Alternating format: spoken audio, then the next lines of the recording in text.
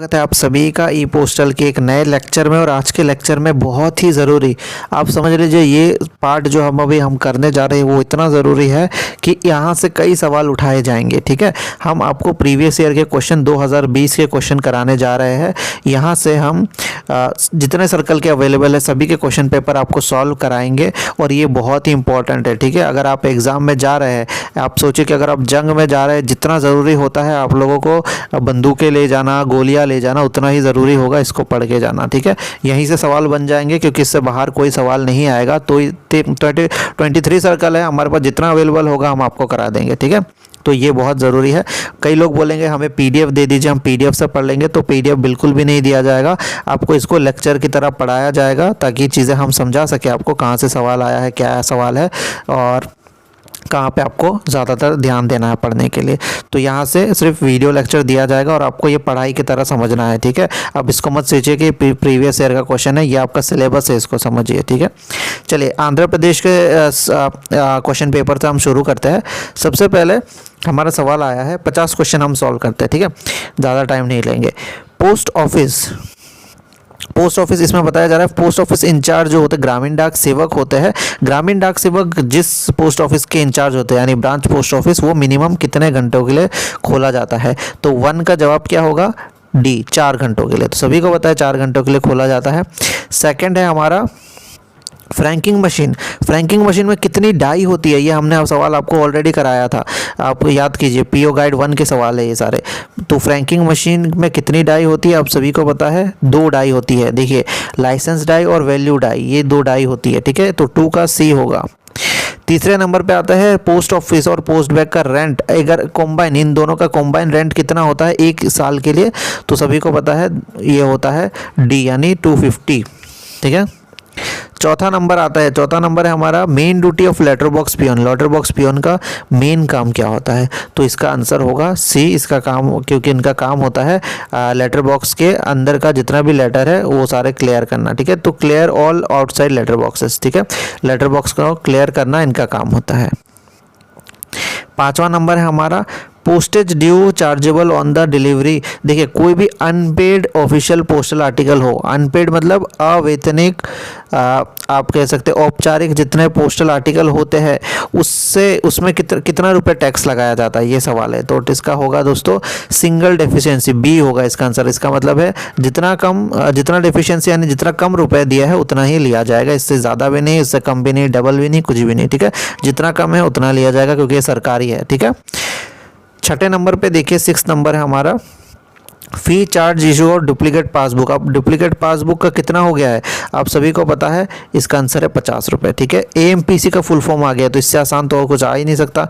AMPC का full form आप सभी को पता है, ऑटोमेटिक मेल प्रोसेसिंग सेंटर। ठीक है, कभी कभी ऑटोमेटेड भी आ जाएगा, ईडी लग जाएगा तो वो भी सही होगा। ठीक है, ऑटोमेटेड भी सही है। तो ये हो गया आपका। चलिए 8वां नंबर देखते हैं, पोस्ट ऑफिस कितने भाग के होते हैं? इससे आसान सवाल कहाँ से ही पूछेगा। देखिए, 3 ही तरीके के होते हैं, आप सभी को पता है। ठीक है, लाइसेंस, जो फ्रैंकिंग मशीन का लाइसेंस होता है जो प्राइवेट यूज़र के लिए होता है, यानी कि इंडिविजुअल की यहाँ पे बात की जा रही है, एकल लोगों के लिए, वो कौन देता है? तो इसका सही जवाब होगा एसपी एसएसपी ही देते हैं, आप सभी को पता है, ये सब हम पढ़ा चुके हैं। ठीक है, 10वें नंबर पे आता है, 10वां नंबर है हमारा maximum period of detention of VP article. Valuable article को पोस्ट ऑफिस में कितने दिन तक रखा जाता है? कितने दिन तक? वेयर हाउसिंग चार्जेस पर रखा जाता है। वेयर हाउसिंग मतलब भंडारण शुल्क पर कितने दिन तक रखा जा सकता है? तो इसका आंसर सभी को पता है, 7 दिन तक रखा जा सकता है। ये सब हम पढ़ा चुके हैं। ठीक है, 11th में देखते हैं। ठीक है, 11 नंबर में हम देखते हैं, 11 नंबर है letter box planted in a post office mail office should be cleared by. कौन साफ करेगा? लेटर बॉक्स जो कि पोस्ट ऑफिस और मेल ऑफिस में है, उसका जो अंदर का आर्टिकल्स वगैरह आएंगे, वो जो जमेंगे, उसको कौन क्लियर करेगा? तो उसका जवाब होगा PASA। ठीक है, पोस्टल असिस्टेंट और सॉर्टिंग असिस्टेंट, ये करेंगे। ठीक है, अब 12वां नंबर में आ जाते हैं, कैंप आर्टिकल और जो स्पेशल बैग है वो किन के लिए होता है? और ये टॉपिक हमने बहुत बार बोला था कि बहुत इंपॉर्टेंट है, इसको अच्छे से हमने पढ़ाया भी था। तो ये होता है दोस्तों ऑनरेबल प्रेसिडेंट ऑफ इंडिया के लिए। अब क्यों? क्योंकि ये मंत्री हो गए। ठीक है, इसलिए कैंप आर्टिकल और जो स्पेशल बैग हो गए वो मंत्रियों के लिए होते हैं, बाकी जो ऑफिसर वगैरह के लिए होते हैं ना वो दूसरा होता है। ठीक है, चलिए आगे देखते हैं। आगे हम यहाँ पे बात करेंगे पोस्टल लाइफ इंश्योरेंस कब आया था। ये बहुत इंपॉर्टेंट सवाल है पीएलआई। पीएलआई कब आया था आपको बता दें, ये 13वां जो क्वेश्चन है, ये बहुत बार पूछा गया, हर साल पूछा जाता है और अगले साल अब इस बार भी पूछा जाएगा। तो इसका आंसर है 1 फरवरी 1884 में, 1884, इसको रट्टा मार लीजिए, ठीक है। आरएलओ का फुल फॉर्म क्या है सभी को पता है, रिटर्न लेटर ऑफिस, ठीक है। तो यहाँ पे आपको बता दें 14 का असल में जो है नॉन ऑफ द अबव होगा, क्योंकि इसमें ना स्पेलिंग गलत है, ठीक है, बस स्पेलिंग गलत है, बाकी आंसर की में रिटर्न लेटर ऑफिस यानी 14 का सी को सही माना गया था, क्योंकि ये दोनों का मतलब तो एक ही है। चलो स्पेलिंग गलत से इतना वो नहीं देखते, तो रिटर्न सी होगा, ठीक है। ईडी होना चाहिए रिटर्न में, लेकिन चलो आरएलओ को इसको मान लेते हैं। 15 नंबर है हमारा लेबल बंडल। तो लेबल बंडल होता क्या है, अगर हम उसकी बात करें तो लेबल बंडल इसमें से जितने भी ऑप्शन है सबसे ऊपर वाला जो होगा वही होगा। ये होता है collection of unregistered article of letter mail, यानी कि गैर रजिस्ट्री आर्टिकल का एक मिलाप या फिर कलेक्शन होता है ये, ठीक है। चलिए नेक्स्ट हम चलते हैं 16 में, यह है डिपार्टमेंट ऑफ पोस्ट जो है उसमें कितनी सर्कल है अभी प्रेजेंट आपको बता दे। तो ये तो कितना आसान सवाल है, अगर इससे आसान तो सवाल डिपार्टमेंट पूछ ही नहीं पाएगा, ठीक है। तो 16 का सभी को पता है 23 सर्कल होता है, ठीक है।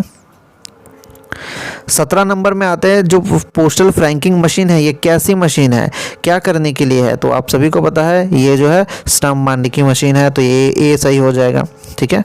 नेक्स्ट है हमारा 18, और 18 में बताया गया है refuse register article presented for delivery shall be detain in post office. तो जितने भी रिफ्यूज्ड, ठीक है, रिफ्यूज कर दिए गए हैं, मतलब मुझे चाहिए ही नहीं, ऐसे रजिस्टर आर्टिकल अगर आते हैं पोस्ट ऑफिस में डिलीवरी के लिए, कितने दिन तक रखे जाएंगे, तो सभी को पता होगा ये 7 दिनों तक रखे जाते हैं, ठीक है। नेक्स्ट हम चलते हैं the रेंटर of a post box can clear his post box during. तो ये सवाल हमने आपको बताया था, ये सवाल हम बार बार जब भी आपको पढ़ाते हैं तो ये चीज़ आपको हमेशा पढ़ाते हैं कि जो पोस्ट बॉक्स का जो जिसने भाड़े पे लिया हुआ है, जो रेंटर है, किराएदार है, वो कौन से समय में अपना पोस्ट बॉक्स का जो है क्लियर कर सकता है, उसको मतलब उसका अंदर के आर्टिकल जो है वो निकाल सकता है। तो वो बिजनेस आवर, जब पोस्ट ऑफिस का जो बिजनेस आवर है यानी कार्यकारी घंटे होते हैं उसी समय में निकाल सकता है, यानी बी हो गया इसका आंसर, ठीक है। 20वां क्वेश्चन देखिए, following are entitle to use service postage stamp on official postal article. कौन से वे कौन से लोग हैं या कौन से ऑफिसर वो है जिनको पोस्टेज स्टैम्प, ठीक है, सर्विस पोस्टेज स्टैम्प यानी जो सेवा डाक टिकट है उसको इस्तेमाल करने का हक दिया गया है। तो आपको बता दें इसका आंसर होगा ऑल गवर्नमेंट ऑफिसर्स, ठीक है। तो प्राइवेट को छोड़ दीजिए, सारे गवर्नमेंट ऑफिसर्स यहाँ पे, ठीक है। तो कौन सा हो गया, बी। 21 है हमारा minimum amount of deposit to open a new saving account. अगर एक नया सेविंग अकाउंट आपको खुलवाना है पोस्ट ऑफिस में तो इसके लिए आपको कितना अमाउंट से खुलवाना पड़ेगा, तो इसका आंसर है सी, जो कि है 500 रुपये। ईएसएमओ का फुल फॉर्म हमने पढ़ा है, इसका क्या आएगा, देखिए ईएसएमओ का फुल फॉर्म होगा ए एक्सटेंडेड सैटेलाइट मनी ऑर्डर, ठीक है, ए होगा इसका। चलिए 23 देखिए, मेल ऑफिस क्या है, मेल ऑफिस है आपका स्टेशनरी ऑफिस ऑफ आरएमएस, यानी रेलवे मेल सर्विस का स्टेशनरी ऑफिस है। ये सब पढ़ा चुका है, कुछ भी नहीं छोड़ा है हमने, ठीक है, सारे क्वेश्चन कॉमन है। 24 नंबर में हम देखते हैं रजिस्टर्ड न्यूज़पेपर और जो पैकेट होते हैं रजिस्टर्ड न्यूज़पेपर के, वो रविवार को भी एक्सेप्ट किए जाते हैं और हॉलीडे को भी एक्सेप्ट किए जाते हैं, लेकिन आगे डैश दे दिया है 24 में। यहाँ पे देखिए इसमें क्या लेट फीस लगता है या नहीं लगता है, ये सवाल है। तो हमने आपको पढ़ाया था, याद कीजिए, रविवार को भी एक्सेप्ट होंगे, हॉलीडे को भी एक्सेप्ट होंगे, वो भी बिना लेट फीस के, ठीक है, विदाउट लेट फीस, ठीक है। चलिए नेक्स्ट है हमारा prompt delivery of a postal article is facilitated. तो इसमें क्या बताया गया है, 25 नंबर में आपको बताया गया है कि बहुत प्रॉम्प्ट मतलब बहुत अच्छे से और बहुत जल्दी डिलीवरी करा देंगे पोस्टल आर्टिकल की, और नीचे कंडीशन रख दी है। तो उसका सही जवाब होगा if the article is having correct and complete postal address. तो ये हमारा, ये याद रखिएगा, ये भी हम पढ़ाए थे कि अगर आप पोस्टल एड्रेस सही लिखते हैं तो क्या फ़ायदा होता है कि वो बहुत ही जल्दी डिलीवरी करा देता है और बहुत सटीक डिलीवरी कराता है। तो यही सवाल है, थोड़ा सा घुमाया हुआ था इन्होंने, ठीक है। तो पहला में ही हमने पढ़ा, तो पहला में ही वो पता चल गया, ठीक है। 26 नंबर में चलते हैं, following letters can be delivered through post box. कौन कौन से लेटर है जो पोस्ट बॉक्स के थ्रू आप डिलीवर कर सकते हैं। तो इसमें तो सभी को हमने पढ़ाया था पहले, हमारा चैप्टर में जब हमने पढ़ाया, इसको अच्छे से हमने अंडरलाइन भी किया हुआ है कि वो है फुल्ली प्रीपेड अनरजिस्टर्ड लेटर, ठीक है। 26 का क्या होगा, ए, फुल्ली प्रीपेड अनरजिस्टर्ड लेटर।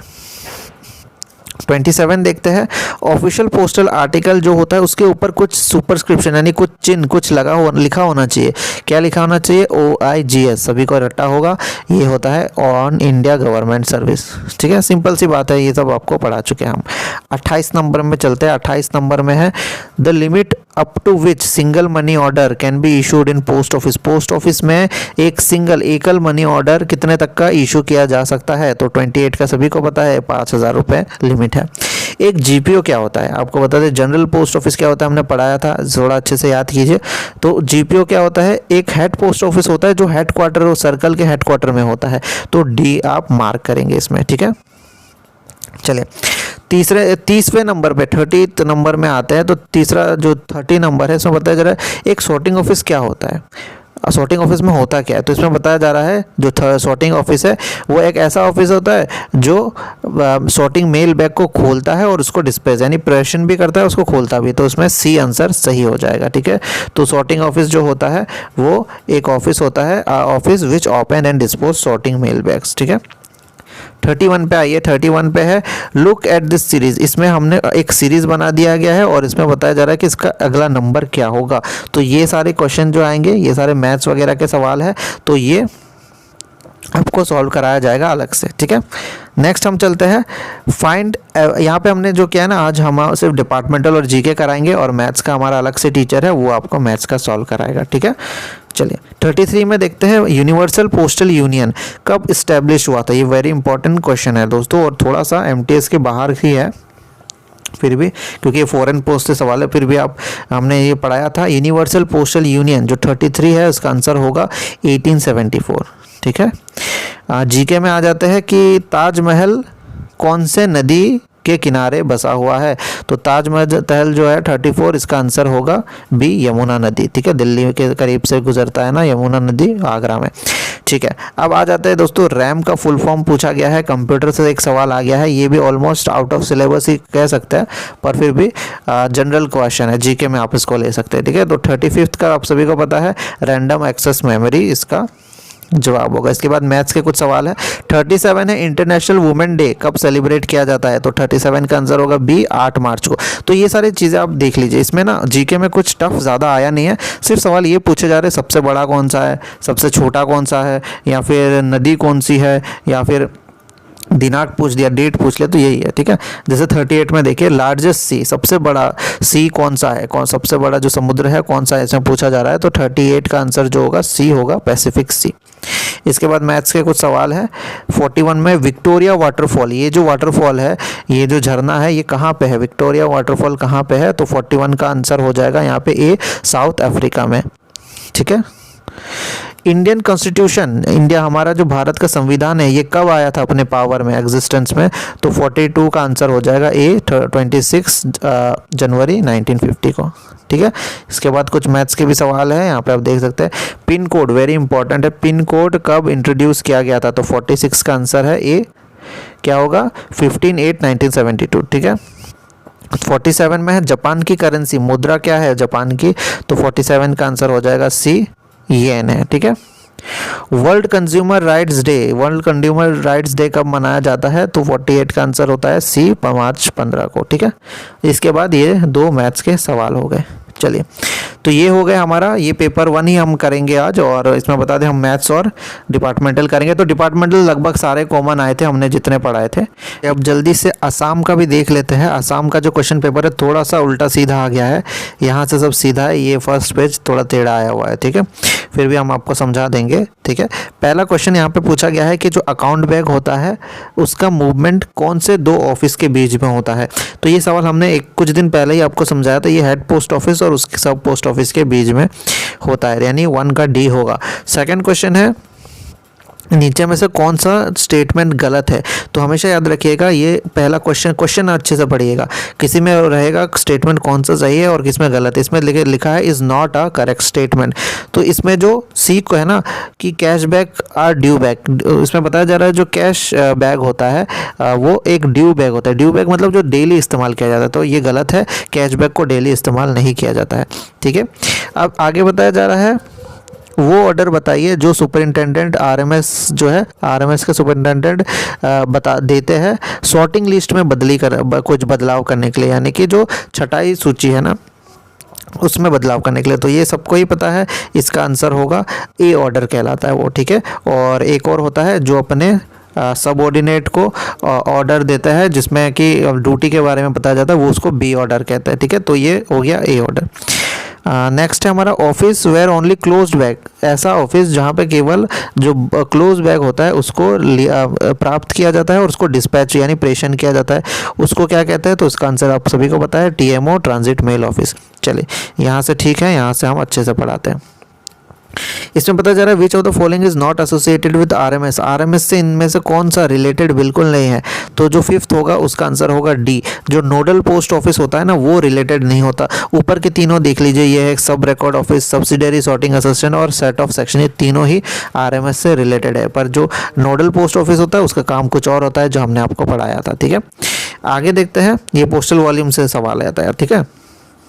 चलिए नेक्स्ट है हमारा ये जीके से सवाल है, डांडी मार्च, ठीक है। During freedom struggle of India which of the following movement, जब हमारा भारत का जो फ्रीडम स्ट्रगल चल रहा था, है ना, ये जब स्ट्रगल चल रहा था तो डांडी मार्च मूवमेंट हुआ था। और ये किससे रिलेटेड है, कौन से मूवमेंट से रिलेटेड है? तो 6 का आंसर होगा सिविल डिसोबीडियंस मूवमेंट होगा ये, ठीक है।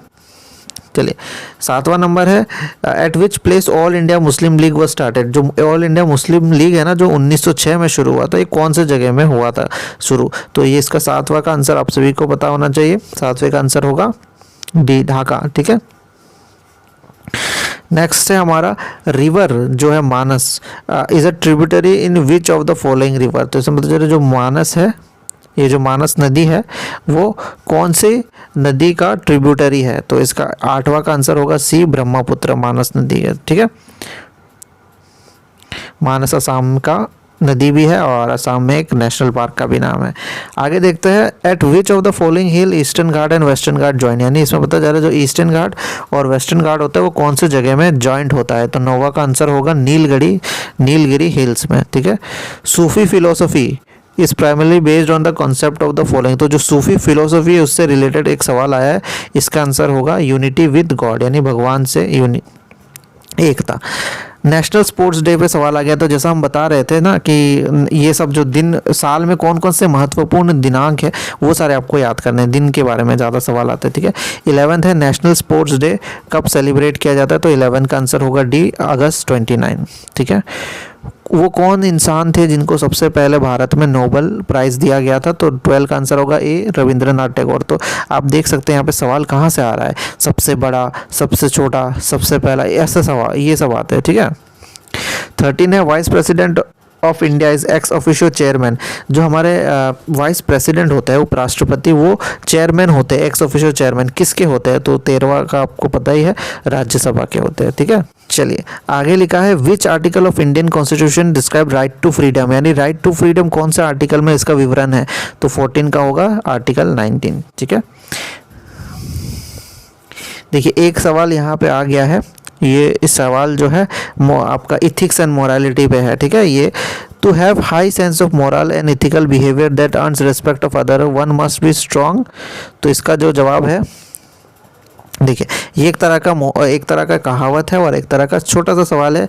एथिक्स का एक आता है ना टॉपिक, इसमें एक ही सवाल आता है कभी कभी, ठीक है। इसमें पता चला है, अगर to have high sense of moral and ethical behaviour, अगर आपके अंदर बहुत ही एक मोरालिटी होनी अगर होती है तो उसके लिए आपके पास क्या होना चाहिए? तो उसमें बताया इसका सही आंसर होता है कैरेक्टर। एक बहुत शक्तिशाली अगर आपका एक कैरेक्टर होता है तो आपको बहुत ज़्यादा रिस्पेक्ट मिलती है और आपका जो बिहेवियर होता है वो इथिकल होता है, ठीक है। तो ये हो गया। फिर कुछ मैथ्स के सवाल है यहाँ पे, इनको इग्नोर करेंगे क्योंकि इनको तो मैथ्स का टीचर पढ़ाएंगे, ठीक है। इसमें ठीक है, दमन एंड दीव कौन से पोस्टल सर्कल में आता है? सबसे आसान सवाल है, ठीक है, ये तो सभी को पता होना चाहिए, ये आता है गुजरात में। Generally who has the authority to fix working hour of any post office, कोई भी पोस्ट ऑफिस का टाइमिंग फिक्स करने का अधिकार किसके पास होता है? तो 27 का आंसर होगा हेड ऑफ द सर्कल, ठीक है। और यहाँ पे एक स्टेटमेंट दे दिया है विच टू सेंस, यहाँ पे एक स्टेटमेंट दिया है, स्टेटमेंट वाले सवाल भी आप कंफ्यूज हो जाते हैं, लेकिन कंफ्यूज होना नहीं है, ठीक है, इसको पढ़ना है। जैसे इसमें 28 में बताया headquarter of Punjab postal circle is Amritsar, ये पहला का स्टेटमेंट, और दूसरा headquarter of Gujarat postal circle is Surat. तो इसका 28 का आंसर क्या होगा? 28 का आंसर होगा वो दोनों जो जितने दोनों बोला, पंजाब ना ही पंजाब का अमृतसर है और ना ही गुजरात का सूरत है, दोनों गलत है। तो कौन सा ऑप्शन सही होगा? बी, ठीक है, बी सही हो जाएगा। चलिए नेक्स्ट है हमारा नॉर्मल वर्किंग डे में बिजनेस आवर जो है, बिजनेस आवर आपको पढ़ाया था हमने, इसमें जो पोस्टेज स्टैम्प और स्टेशनरी बेचने का समय वो कितना होता है? तो आप सभी को पता होगा, ये पोस्ट ऑफिस जितने दिन देर खुला रहेगा उतना देर ये बेच सकते हैं, यानी ए हो जाएगा इसका आंसर, ठीक है। 30 का आ गया है, एक और सेंटेंस आ गया है, इसमें बताया जा रहा है रेवेन्यू स्टैम्प, पहला सेंटेंस है revenue stamps can be used for payment of postage. इसमें बताया जा रहा है जो रेवेन्यू स्टैम्प होता है वो हम डाक शुल्क को अदा करने में इसका पे कर सकते हैं। दूसरा है the main purpose of philatelic bureau is to cater needs of philatelist and stamp collector, यानी कि फिलेटेलिक ब्यूरो इसलिए खोला गया था ताकि जो फिलेटेलिस्ट यानी जो स्टैम्प से प्यार करते हैं, जो स्टैम्प की पढ़ाई करना चाहते हैं और फिर स्टैम्प जमा करने चाहते हैं उनके लिए। तो बी तो से बिल्कुल सही लग रहा है। अब 30 वाला का फर्स्ट हम देख लेते हैं। 30 वाला का फर्स्ट क्या है? तो इसमें बताया जा रहा है revenue stamp can be used for payment of postage, तो ये गलत है, फर्स्ट का आंसर गलत है, ठीक है। तो इसका सही आंसर क्या होगा? इसका आंसर होगा जो स्टेटमेंट 2 है वो सही है, तो डी होगा इसका आंसर, ठीक है, डी बिल्कुल सही है। और एक आ गया है यहाँ पे सेंटेंस, ठीक है, यहाँ पे बताया जा रहा है generally stamp should be pasted on right hand top corner में, एड्रेस साइड के राइट हैंड टॉप कॉर्नर में स्टैम्प यानी डाक टिकट लगाना चाहिए। और दूसरे में कहा जा रहा है every article has to be stamp with date stamp at least 2 post office, तो इसमें बताया जा रहा है हर आर्टिकल को कम से कम 2 पोस्ट ऑफिस के डेट स्टैम्प लगते ही लगते हैं। क्या ये सही है? तो 31 का हम देखेंगे, बिल्कुल दोनों ही सही है। सबसे पहली बात, जो हमारा डाक टिकट होता है वो राइट हैंड टॉप कॉर्नर में लगता है, ठीक है। और जो दूसरा सवाल है कि कितने पोस्ट ऑफिस के दिनांक मुहर या तारीख मुहर लगते हैं, तो 2 के तो लगने ही लगने हैं। पहला होगा जहाँ पे बुकिंग किया, दूसरा जहाँ पहुँचेगा, तो ये तो लगेगा, ठीक है।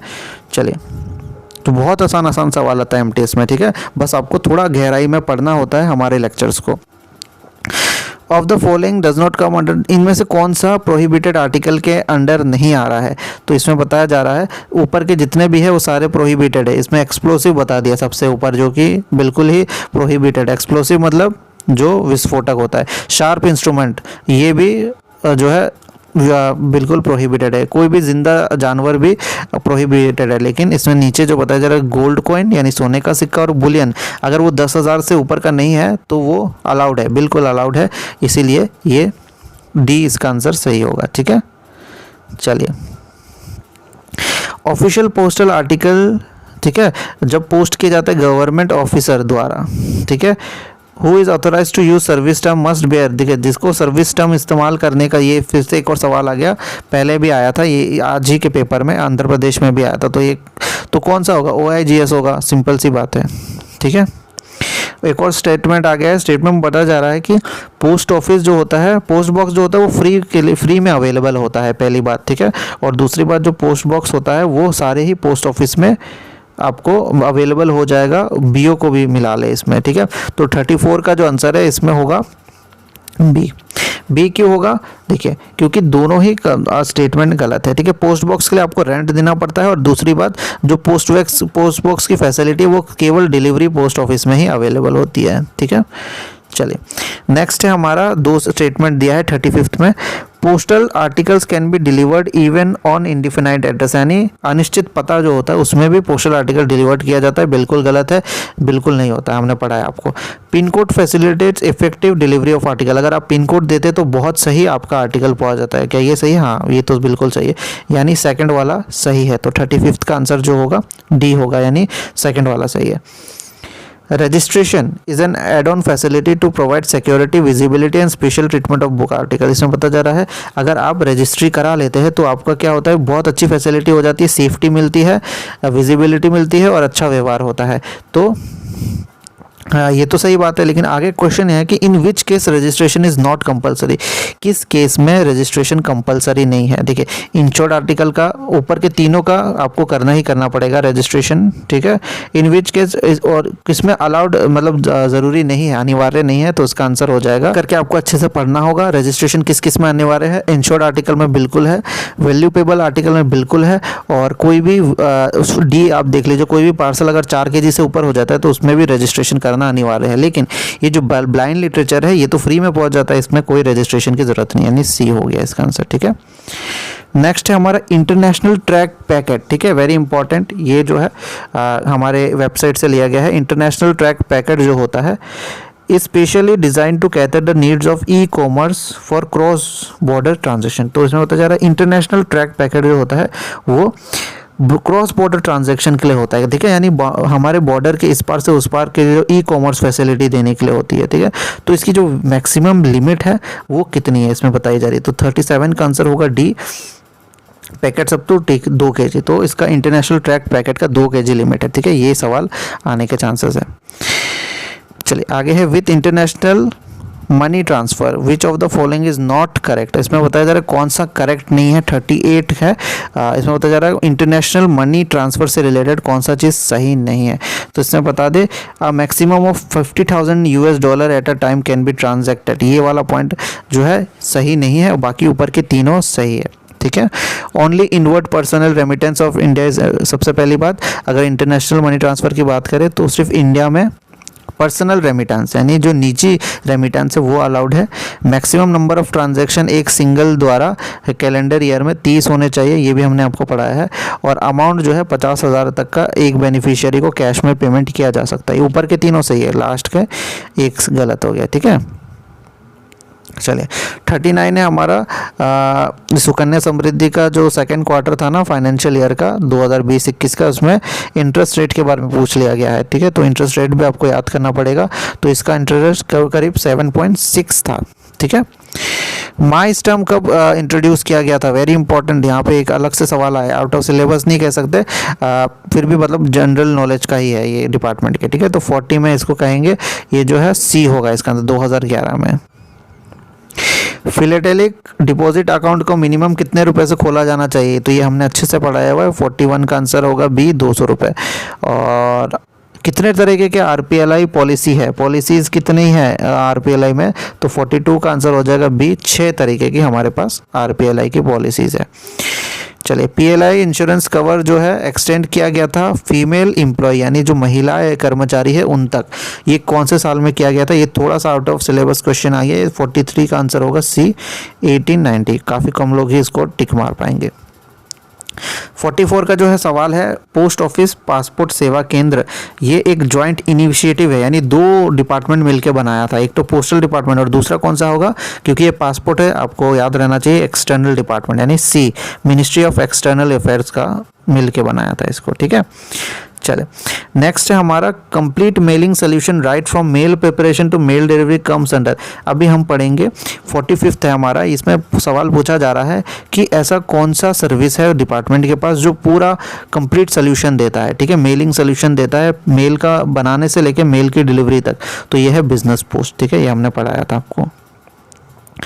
46 का है 5 ईयर का टीडी से रिलेटेड कोई स्टेटमेंट दे दिया है, इसमें बताया जा रहा है इनमें से कौन सा करेक्ट नहीं है।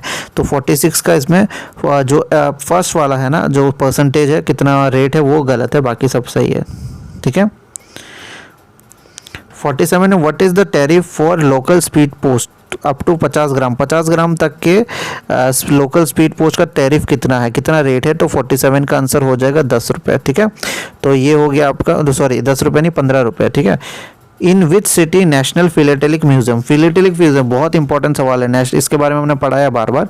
नेशनल फिलेटेलिक म्यूजियम कहाँ पे है, तो आप सभी को बता दें नई दिल्ली में है, ठीक है। 48 का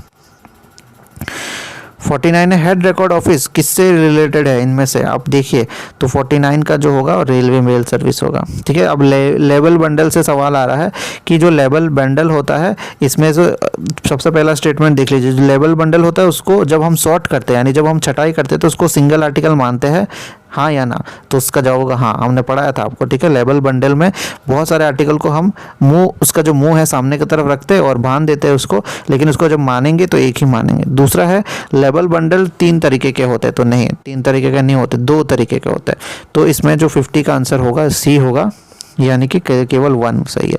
तो ये 2 क्वेश्चन पेपर हमने करा दिया, इतने में ही आप लोग को समझ में आ गया होगा कि हमारे जितने भी लेक्चर्स है उसी से सारे कॉमन आ जाता है, क्योंकि हम पूरा सिलेबस कराते हैं, ठीक है। तो आप लोग को ये पढ़ना है, ठीक है, इसको ये क्वेश्चन पेपर समझ के नहीं रखना है, अब बस क्वेश्चन पेपर है देखना नहीं है इसको, आपको अच्छे से पढ़ना है, यहीं से सवाल आएंगे, ठीक है। धन्यवाद।